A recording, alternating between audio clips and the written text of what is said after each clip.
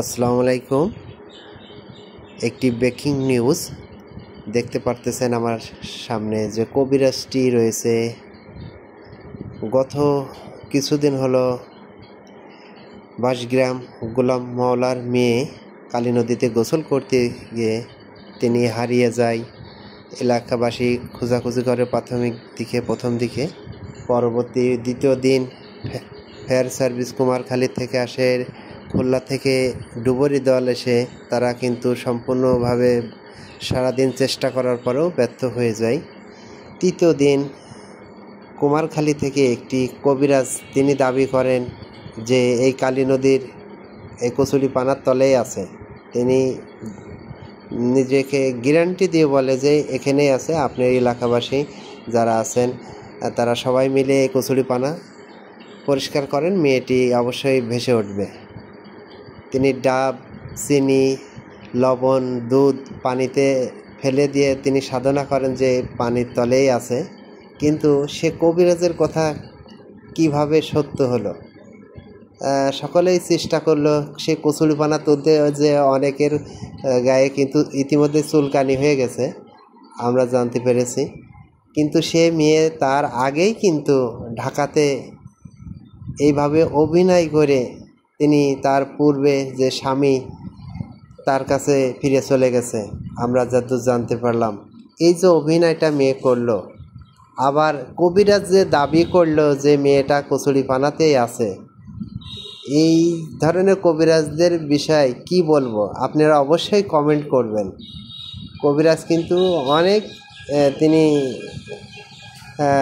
আশাবাদী ছিল যে এখানেই আছে। এলাকাবাসীও তারা কিন্তু তার কথা মতন অনেক পরিশ্রম করেছে আমরা দেখছি সরজমিনিতে। আর মেয়েটির বিষয়ে অবশ্যই আপনারা কমেন্ট করবেন। এই ধরনের মেয়ে যেন কারোর ঘরে না থাকে, আল্লাহ যেন এই ধরনের মেয়ে কারোর ঘরে জন্ম না দেয়। কারণ এই যে অভিনয়টা করলো মেয়ে, তিনি চলে যেতে পারতো, এত অভিনয় করার কোনো দরকার ছিল না।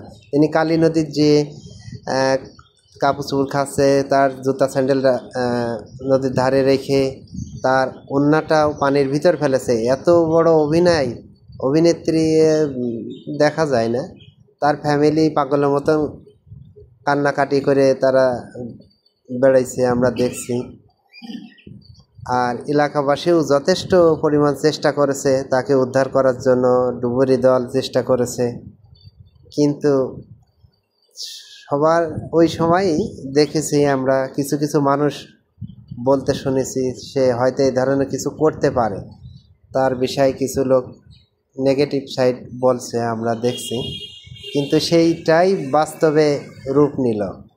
সেই মেয়ে তার পূর্বের স্বামীর কাছে গেছে, তার ফ্যামিলি বা এলাকাবাসীর তরফ থেকে যতটুকু জানতে পেরেছি আমরা। আর অবশ্যই কমেন্টের মাধ্যমে জানাবেন এই ধরনের কাজ যেন কোনো মানুষ না করে। কারণ সবাই এটা আতঙ্কের ভিতর ছিল কি হয়। তার 2 দিন পরে কিন্তু হরিনানপুরের পাশে জঙ্গলি গ্রামের বাপ ছেলে পানিতে ডুবিয়ে মারা যায়। কী কারণে? পাট জাগ দিয়ে ওঠার সময় এই রকম ঘটনা হয়। এইটার পরে মানুষ আরও ভিত্তি করে অনেকটাই বিশ্বাস করতে লাগলো যে এমন কিছু এটা হতে পারে, পানিতে কিছু একটা থাকতে পারে। সেটার পরেই ভিত্তি করে তার কেউ অনেকেই খোঁজাখুঁজি করছে। কিন্তু সব কিছুকে মানুষের চিন্তার উপর দিয়ে তিনি ঢাকাতে যে তার পূর্বের স্বামীর কাছে ফিরে যায়। এলাকাবাসীর মুখ থেকে আমি যতটুকু জানতে পারি। অবশ্যই কমেন্ট করে আপনারা জানাবেন এই ধরনের মেয়ে যেন